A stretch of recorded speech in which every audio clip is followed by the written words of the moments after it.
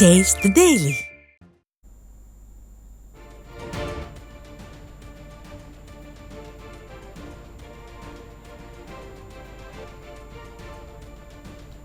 மேலும் ஒரு அண்மை செய்தி, இயந்திரத்தில் இருந்து வாக்குகளை எப்படி எண்ணுவது என்று தெரியாமல் அதிகாரிகள் திணறி வருவதால் நீலகிரி நாடாளுமன்ற தொகுதிக்கான வாக்கு எண்ணிக்கை முடிவுகளை அறிவிப்பதில் தற்போது குழப்பம் ஏற்பட்டிருக்கிறது.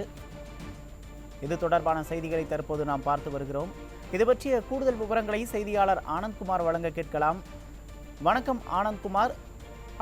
தற்போது இந்த நீலகிரி நாடாளுமன்ற தொகுதியில் வாக்கு முடிவுகளை அறிவிப்பதில் ஏதோ குழப்பம் ஏற்பட்டிருப்பதாக தகவல் வெளியாகி இருக்கிறது. இது தொடர்பான விவரங்களை பதிவு செய்யலாம். வணக்கம் உமேஷ்.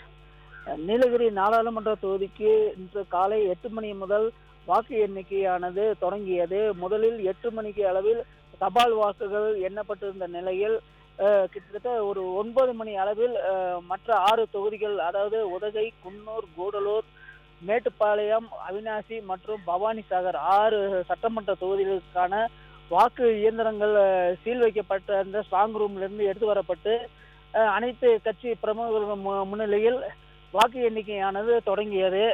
ஆனால் காலை 8 மணிக்கு தொடங்கிய வாக்கு எண்ணிக்கையானது பகல் 2 மணி நேரம் கழித்து, அதாவது 10:30 மணி ஆயும் கூட தேர்தல் அதிகாரிகள் முதல் சுற்று உடைய வாக்கு முன்னிலை நிலவரத்தை வெளியிடாமல் தாமதப்படுத்தினர். இதற்கு காரணம் முறையான பயிற்சி பெறாத அலுவலர்கள் இருந்ததே காரணம் என கூறப்படுகிறது.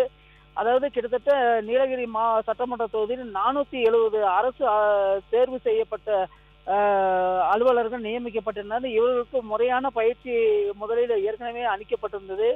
இந்த நிலையில் ஒவ்வொரு டேபிளுக்கும் ஒவ்வொரு மைக்ரோ அப்சர்வர், வாக்கு எண்ணிக்கைக்கு ஒரு கண்காணிப்பாளர் மற்றும் ஒரு உதவியாளர் என அனைத்து டேபிளுக்கும் ஒவ்வொரு அரசு அலுவலர் நியமிக்கப்பட்டிருந்த நிலையில் காலை 8 மணி முதல் தற்போது வரை முதல் சுற்று அறிக்கையே வெளியிடப்படாத நிலை இருந்தது. இதற்கு காரணமாக தகவலை தேர்தல் அதிகாரியிடம் கேட்ட போது சற்று காலதாமதாக தான் வரும், அனைவரும் காத்திருக்க வேண்டிய சூழ்நிலை ஏற்பட்டிருக்கிறது. இதுக்கு முறையான பயிற்சியும் அளிக்கப்படாத ஒரு சூழ்நிலையும் நம்மளுக்கு தெரிய வந்திருக்கிறது. தற்போது முதல் சுற்று அறிக்கை தற்போது வெளிவரும் என எதிர்பார்க்கப்படுகிறது.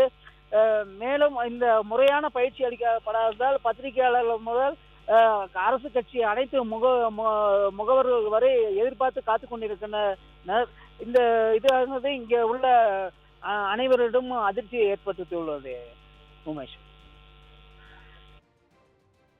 விவரங்களுக்கு நன்றி ஆனந்தகுமார்.